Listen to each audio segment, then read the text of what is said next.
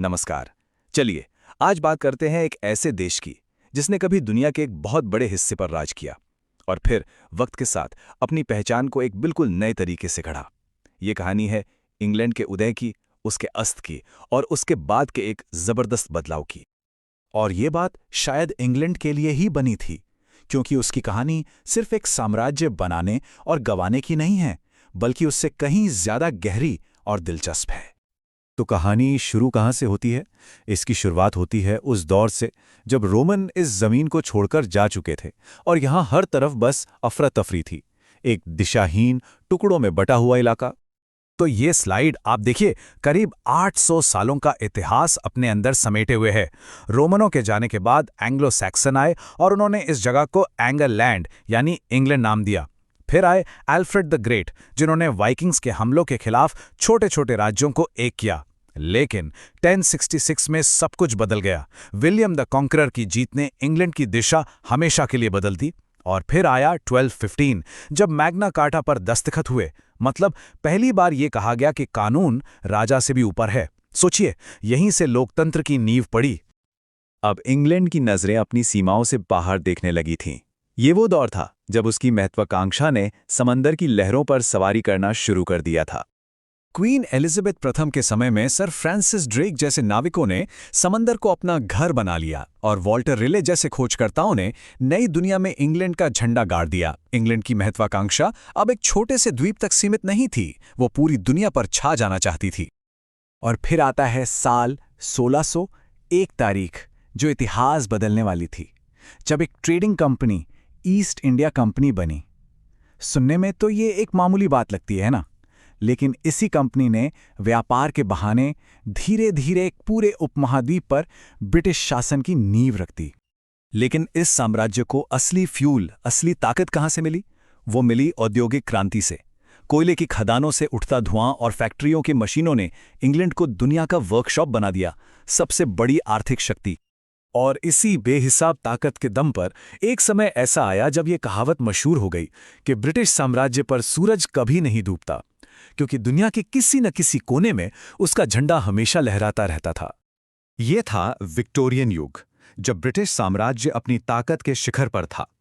इस दौर में इंग्लैंड को लगता था कि वो दुनिया को सभ्य बनाने के एक मिशन पर है। लेकिन जैसा कहते हैं ना, हर सिक्के के दो पहलू होते हैं। यह स्लाइड वही दोहरी सच्चाई दिखाती है। एक तरफ इंग्लैंड में विज्ञान तरक्की कर रहा था, कला और साहित्य फल फूल रहे थे। वहीं दूसरी तरफ उसी साम्राज्य के उपनिवेशों में लोगों का शोषण हो रहा था, भुखमरी और गरीबी फैल रही थी। साम्राज्य की इस चमक के पीछे एक बहुत गहरा अंधेरा भी था। लेकिन 20वीं सदी की शुरुआत के साथ ही इस चमचमाते साम्राज्य की नींव हिलने लगी। ये उसके लंबे और दर्दनाक सूर्यास्त की शुरुआत थी। पहला विश्व युद्ध। इसने इंग्लैंड को सिर्फ बाहर से नहीं, बल्कि अंदर से तोड़कर रख दिया। लाखों जानें गईं, देश की इकोनॉमी चरमरा गई और साम्राज्य का बोझ अब असहनीय लगने लगा। मगर कहानी अभी बाकी थी। दूसरा विश्व युद्ध आया और चर्चिल की ये आवाज पूरी दुनिया में गूंजी। लेकिन इस बार ये आत्मविश्वास की नहीं, बल्कि अपने वजूद को बचाने की जंग थी। इंग्लैंड ने जंग तो जीत ली, हाँ, लेकिन ये एक ऐसी जीत थी जिसमें उसने अपना सब कुछ दांव पर लगा दिया था। देश आर्थिक रूप से पूरी तरह तबाह हो चुका था और यह साफ हो गया था कि अब साम्राज्य का सूरज हमेशा के लिए डूब चुका है। अब जब साम्राज्य नहीं रहा, तो इंग्लैंड ने क्या किया? उसने खुद को फिर से गढ़ना शुरू किया। ये दौर था अपनी पहचान को फिर से बनाने का, सैन्य ताकत से हटकर सांस्कृतिक प्रभाव की ओर बढ़ने का। ये आसान नहीं था। पहले तो युद्ध में टूटे शहरों को फिर से बसाया गया। फिर 1948 में एक कमाल का कदम उठाया गया। NHS यानी नेशनल हेल्थ सर्विस की स्थापना हुई, जिसने हर नागरिक के लिए मुफ्त स्वास्थ्य सेवा को पक्का किया। और अब इंग्लैंड की पहचान उसकी फैक्ट्रियों से नहीं, बल्कि उसकी संस्कृति, उसकी शिक्षा से होने लगी थी। इसी को कहते हैं सॉफ्ट पावर। मतलब अब बंदूक या पैसे से नहीं, बल्कि अपनी संस्कृति, अपने विचारों से दुनिया पर असर डालना।